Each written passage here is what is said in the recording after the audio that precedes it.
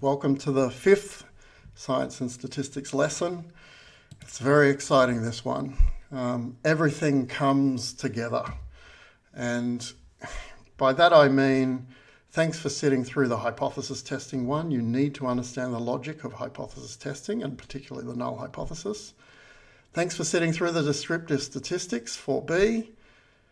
The bits begin to get assembled in this lesson. Everything comes together. You will understand why you needed to understand everything before. So if you were struggling a lot with 4A and 4B, it might be worth reviewing them. But if that all seemed very straightforward to you, that's good. We'll move on to inferential statistics and you'll see just how far we can go with that and how much it's going to help you understand science and understand research and help you with psychology.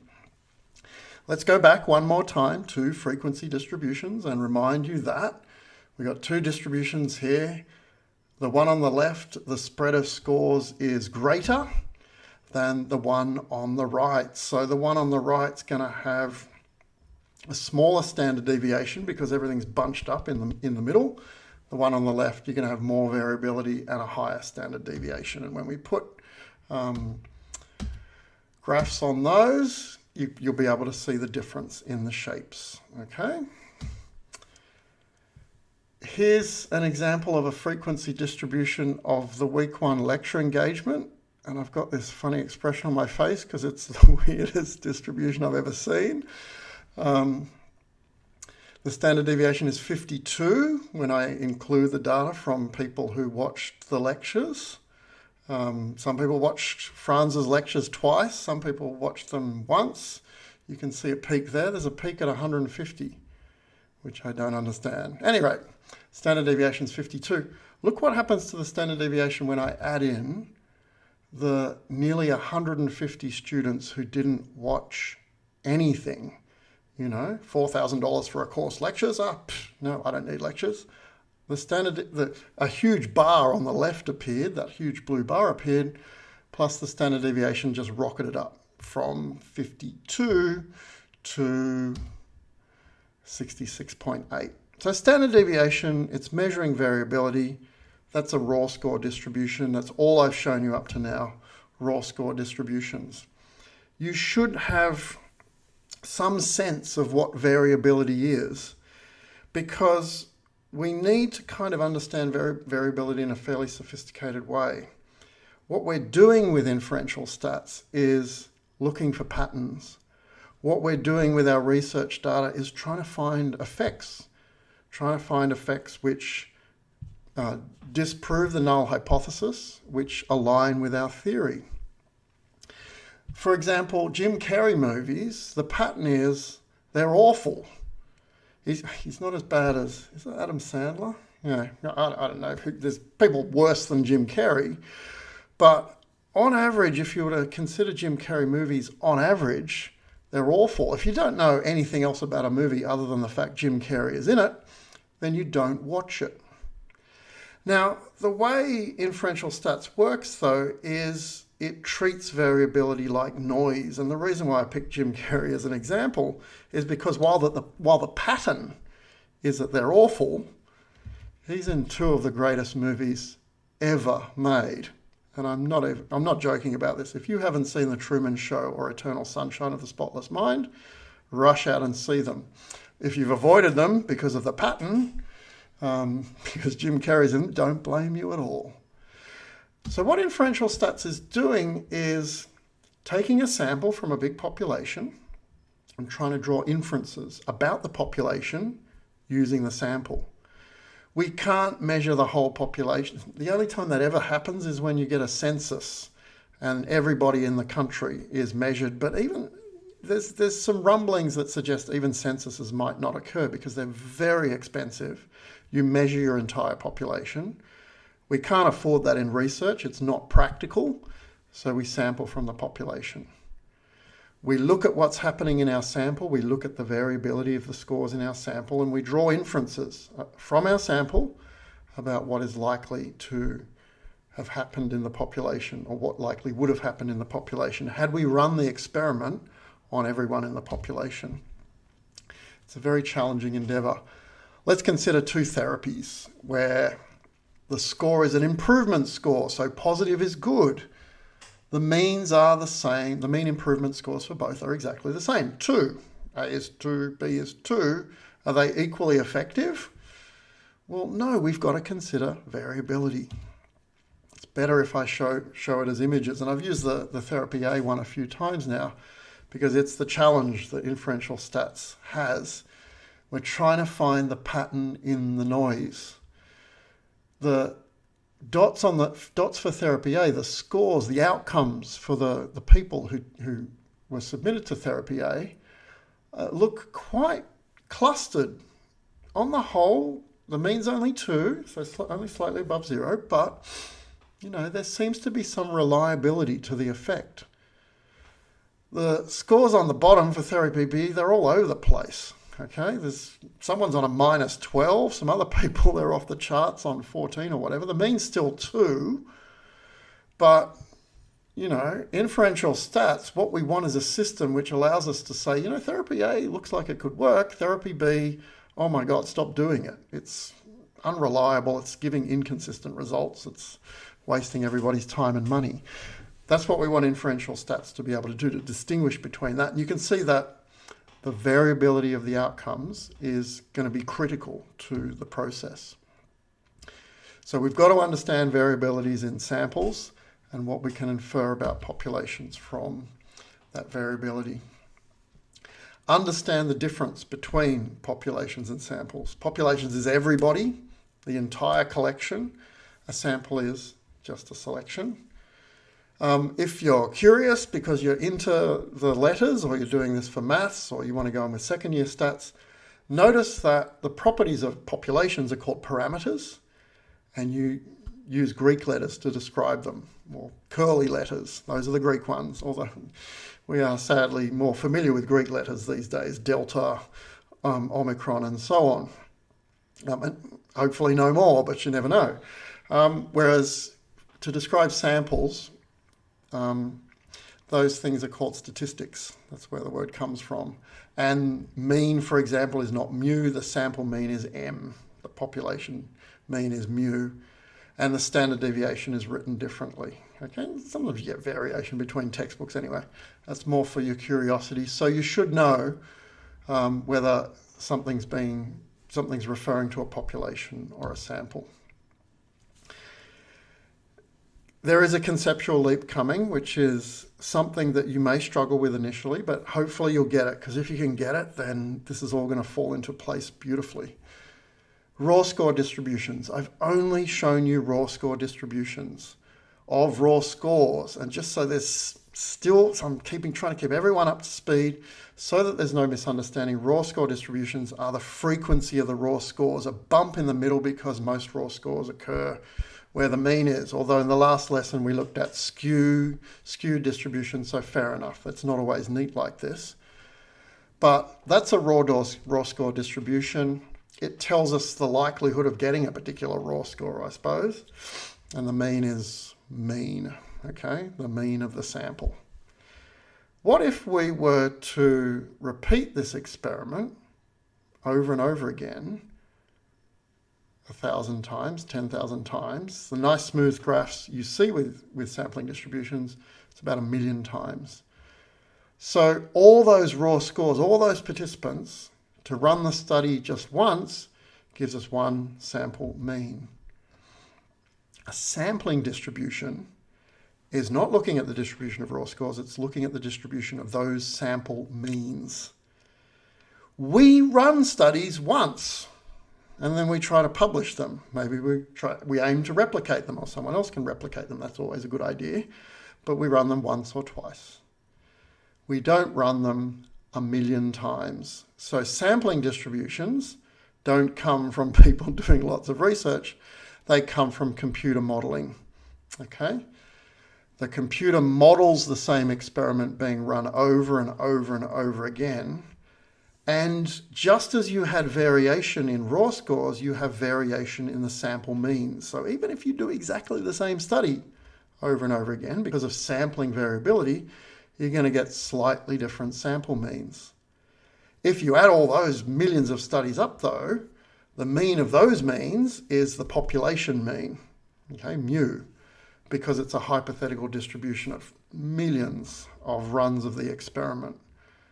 Why do we consider the sampling distribution? Well, because if we can get a grasp of just how much our sample means will vary by chance alone, by sampling error alone, then we can draw inferences more accurately from our sample about the population. Let's look at the probabilities, the properties, sorry. The raw score distribution shows variabilities across individuals. It's real. You can draw a raw score distribution for any data. But note already that the ones I've shown you already with real data, they're pretty irregular things. They're skewed. They're all over the place. The one for the lecture engagement for week 1 is just a mystery. Very irregular. But once you've drawn it up, it shows you the likelihood of obtaining a particular score. Okay, it's fairly straightforward, just drawing a graph of the numbers you get for a study. Sampling distribution, though, this is the conceptual leap you need to make in your head. Each little thing under the curve that you're measuring the frequency of is a study, a single sample mean, and there's millions of them. It's showing variability across runs of the experiment. It's hypothetical. It's made by computers. It's computer modeled. You'd never run the same experiment so many times. But importantly for us, and why it is absolutely central to inferential stats, it shows us the likelihood of obtaining a result if the null is true. Skip back to lesson 4a if you've forgotten what the null hypothesis is. I'll remind you ever so quickly. The null hypothesis, nothing is happening. The theory is wrong, the prediction is wrong, nothing's going to happen in your study. And when the null is true, you get variability. You get a sampling distribution. Now, here's the other important thing about, and I'll just go back and repeat, the graphs you get for raw scores, they're all over the place, like a dog's breakfast. They're skewed, they're irregular, and so on. Because the variation of sample means is not caused by the raw score values of the study, it's just one sample mean, its variability is caused by the fact that you're sampling slightly different people each time. That's the cause of the variation. The extent to which sample means vary is more predictable. The sampling distribution tends to be normal. Why have I got normal in yellow? Because the normal distribution, even though it's a very boring name, there's a lot of this going on in stats, it's a boring name, but it means something very specific. A normal distribution has a very specific shape. A quick way to describe the shape of a normal distribution is approximately 2/3 of all scores fall within one standard deviation of the mean. 2/3, 34 plus 34, 68%. That's close enough to 66%.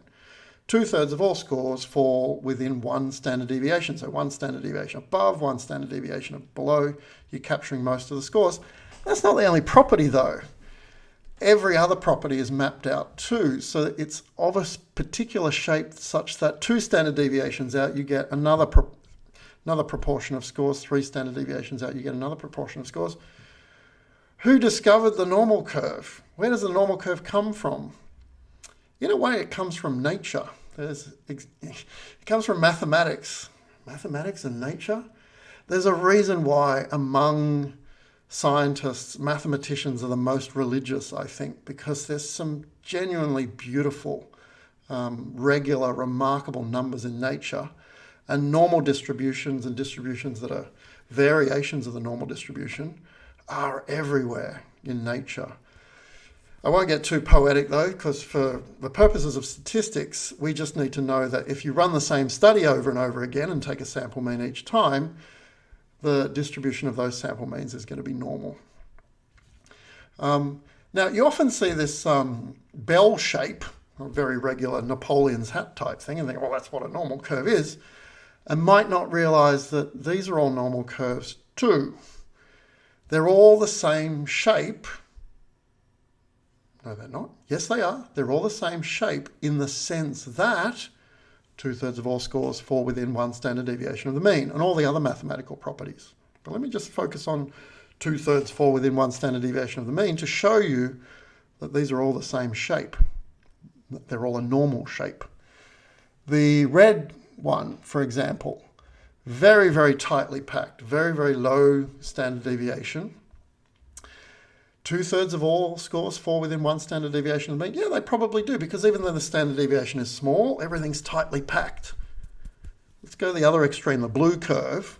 Oh, that can't possibly be a normal distribution. Well, it is a normal distribution. 2/3 of all scores fall within one standard deviation. Yeah, the standard deviation just happens to be very, very big. So as long as the properties are regular and normal, then for the purposes of statistics, they're all the same shape in that sense. Now it's time to put things together. And I hope you're as excited as I am about putting these things together. It might not seem that exciting right now, but when you see what you can do, if you can put all these concepts together, wow, the world is your oyster.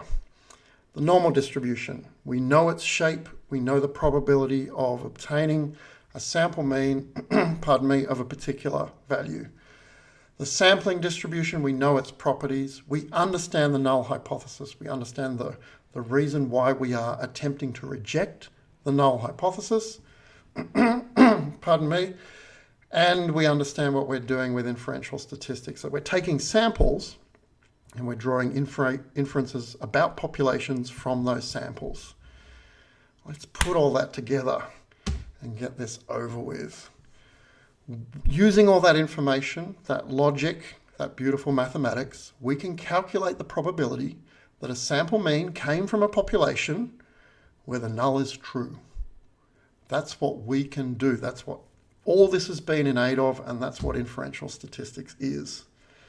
If the probability is high that the sample mean came from a population where the null is true, well, we're going to retain the null because it's probable it came from a population where the null is true. So that's why we're going to retain the null. That's not what we want, though. We want the second one. If that probability is low that the sample mean came from a population where the null is true, we can reject the null. We've found something. That's what we want in research. That's what we want. Now, at the end of the first workshop, hopefully I reached it because I'm recording this before the workshop, but at the end of the workshop, the very first workshop, I asked you this really odd question about tossing a coin 100 times. And at what point did you change your mind and say that the coin is no longer a fair coin? At what point did you change your mind? That's inferential stats. So even if you've been kind of lost throughout this particular lesson and sampling distributions and all those curves, you should understand this. You should understand what's going on here. You toss a coin 50 times and the coin turns up heads 50 times. Well, it's probably a fair coin. That's exactly what you would expect. The question at each number of heads is, is the coin probably a fair coin? At what point do you say the coin is probably not a fair coin? And what you discover is that you tolerate a little bit of variability. Jim Carrey movies are awful on average, even though 2 of them just happen to be brilliant, but most of them are dreadful. When the coin turns up heads 52 times, shit happens, Okay, nothing's perfect. We took a sample of the coin. The tossing it 100 times is our sample.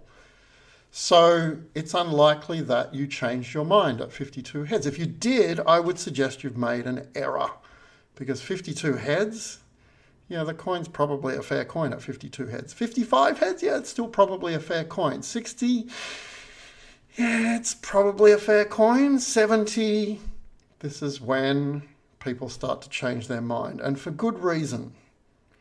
Because once the sample value gets extreme, you begin to stop attributing variation in your sample to noise.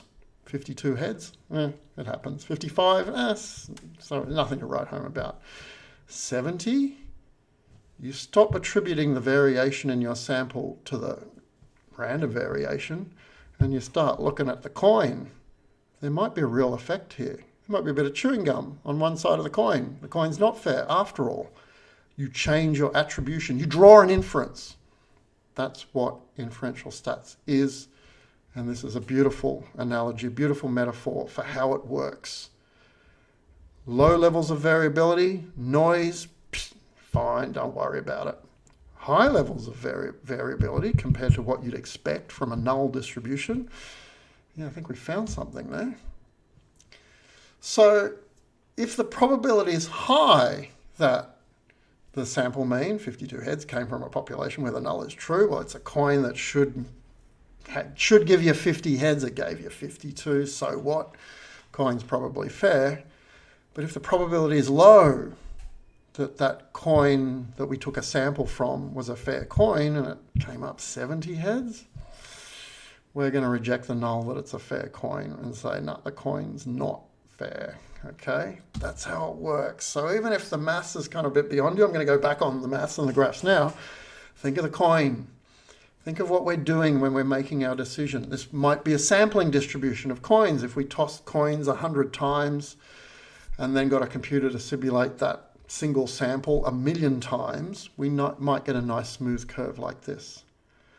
We tolerate variability. Close to the expected mean. 52, 55 heads, that's fine. 70? No. So we decide something is happening, okay? Probability-based decisions. Probability-based decisions. And if you want to know where probability is on this graph, it's the distance between the line, between the axis and the line.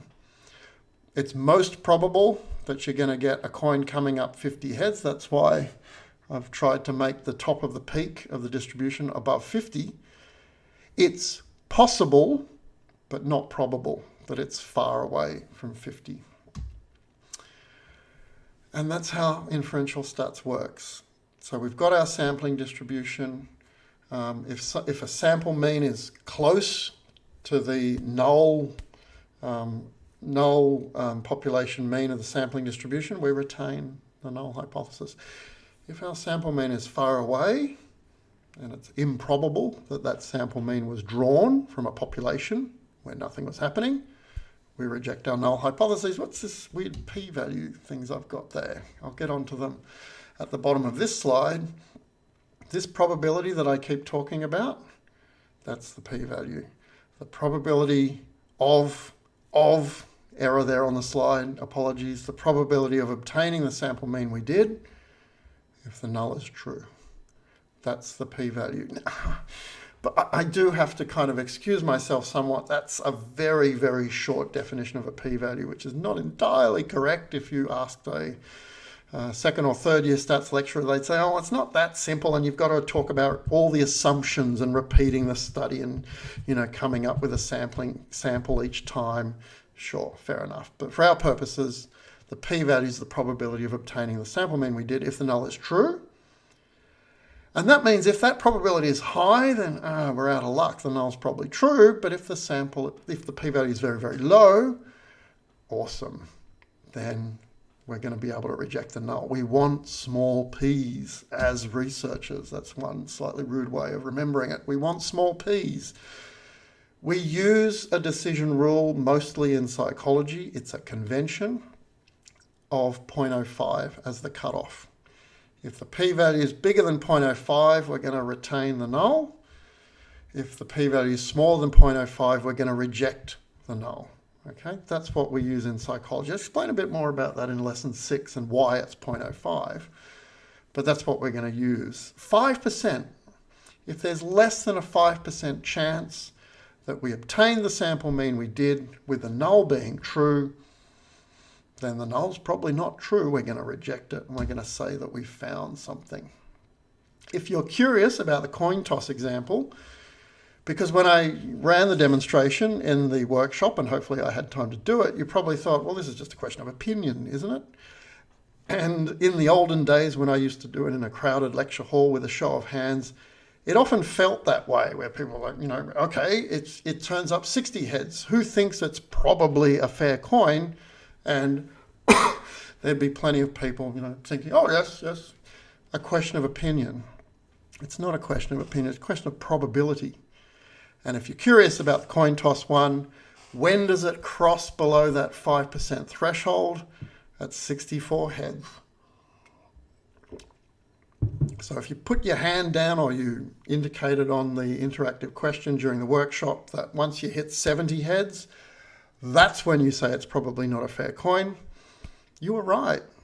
Still a very conservative number, but in terms of psychology decision making, you're right. Because anything after about 64 heads, I think it's 64.5, there's less than a 5% chance that coin is fair. Less than a 5% chance. So if you decided at 80 heads or 90 or never decided, you're basically wrong. And the error you're making there is one of being too conservative. Now, if you are a bit annoyed by that and you think, hang on, what's wrong with putting 80 heads or 90 heads, or what's wrong with saying 100? Well, just look at the question in yellow one more time. The coin is probably not a fair coin is the decision you're making. It's a probability-based decision. And that's all inferential stats is. Not the coin is possibly a fair coin. You know, you can toss a coin 100 times and it can turn up heads 100 times, and there's still a possibility that it's a fair coin, but it's probably not. So inferential stats is probability-based decision making. And because we know what these exact probabilities are, or at least in terms of the coin toss we do and sampling distributions we do, we can talk about the errors that we make. In terms of the coin toss, for example, if it turning up 52 or 55 heads cause you go, oh my God, there's something magical about that coin. There's something wrong with it. It's such an unfair coin. You've made an error. You're being too sensitive, or you're too liberal, as we'd say in statistics. You're too, every squeaky floorboard is a ghost, and, they ran a study on echinacea and found a teeny tiny difference, and, that proves echinacea actually does something. No, that's being too sensitive, that's being too liberal. We can't do that in science. I often think this is the kind of research they do on dark chocolate and wine and red wine, because you read in the newspaper one day that dark chocolate and red wine are really good for you, then they're really bad for you, then they're really good for you, then they're really bad for you. I suspect that they're just bad for you, basically. Come on, they're too awesome. They've got to be bad for you. So we can't make the error of being too sensitive or too liberal. 70s, the 5% cutoff, that means if we're holding out past then, we're just being too stubborn. But we'd call the error in statistics being too conservative. And being too conservative is a problem in science that I'll discuss more in lesson 6. Just understand that probably doesn't mean possibly. They're different words. And it's so much fun in a live lecture, because I've been doing this for 20 years, and the people who are like, you toss a coin 100 times and it turns up heads 100 times, is it probably a fair coin? It's usually someone who looks like me, a white male, who still has their bloody hand up at the end, because they are a stubborn person who doesn't understand the difference between probability and possibility. So that's how we put the normal distribution together with a coin toss example. You might be wondering how we calculate p-values, and do you have to calculate a p-value for the exam? No. In fact, you'll never have to. It's not like standard deviation where I can give you a small data set and you can do it by hand in a minute or so. You're always going to be using a computer with statistical software to work out p-values. But that's why it's important to understand what it is. The probability of getting something, the probability of getting a sample mean that you did from a distribution where the null is true. So small p's are good because they suggest that something is happening. What you do need to understand, though, is everything I've described up till now. You need to understand sampling distributions. You need to understand how sampling distributions are normal, and the fact that they're normal allows us to infer the probability of obtaining sample means. Also, and I think this is one of the learning outcomes too, in yellow at the top, you've got to be able to recognize and interpret p-values in real research. And this is the exciting bit of this lesson, that it's a long, hard road to get here. But once you understand p-values, results sections, which you've either skipped through up till now or been terrified of, you can actually dig into them. Now, there's lots of funny letters, there's Fs and God knows what that is. That's the effect size if you're curious, and degrees of freedom and all this stuff you'll learn about in later years if you continue with psychology and statistics. But you can ignore all that and just look at the p-values, because you now know what p-values mean. A main effect of intervening task, p is less than 0.01. They're talking about an effect that has occurred, and the p-value is less than 0.05. Well, here it's less than 0.01. This was also significant. They're referring to statistical significance. Statistical significance is when your p-value is nice and low and you've rejected the null. Notice how no one ever says rejected null here. It just doesn't appear. No one speaks like that. But that's what's happened behind the scenes. The null has been rejected. When the null is rejected, you've found a statistically significant finding. So this was statistically significant. P is less than 0.01. This one, participants recalled fewer list 4 words. Sounds like our current report study when you think about it. Fewer list 4 words after this retention interval than the other retention interval. So that's also relating to the 0.01. They're describing effects. You can sense the excitement of the researcher, even though it's the driest friggin' results section. They're talking about what they found, and they've got significant p-values. This one here, though, perhaps most important for present purposes, they sound happy about that, even though it's not significant. The interaction was not significant. The p-value is 0.3. Why am I showing you all this? The p-value is consistent with the text. When the text is talking about an effect, the p-value is small, less than 0.01, less than 0.05. When the text is saying things are not significant, the p-value is bigger than 0.05. Let's have a look at another example. Participants scored higher on the test than participants in the failure condition. P is less than 0.001. Participants in the success condition learned at a rate above chance. P is less than 0.001. Significant p-values, they're talking about effects. They're talking about differences. But those in the failure condition did not. Nice big p-value.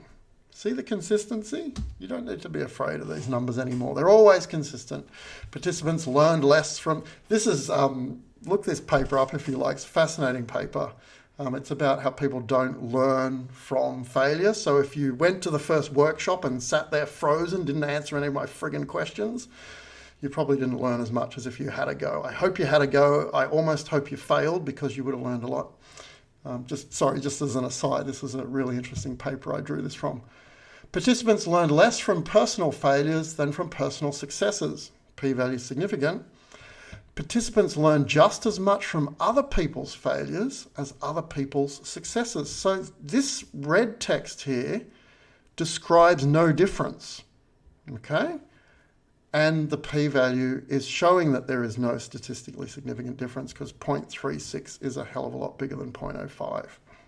Significantly more, p is 0.003. Same amount, right at the bottom, p is 0.752. Do you see the consistency there? Whenever it's significant, there's an effect to talk about.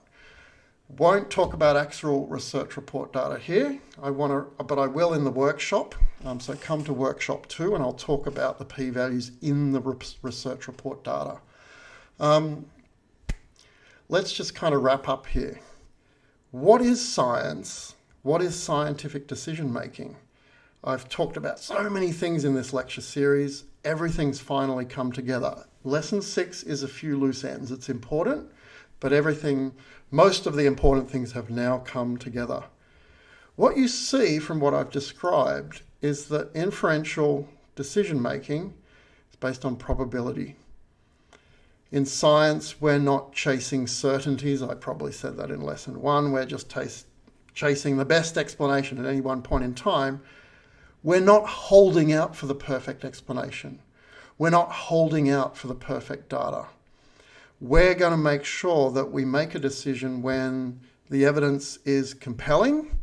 We're not waiting for it to be thoroughly overwhelming. We just want compelling evidence. We want to avoid these two errors that are in the red text there.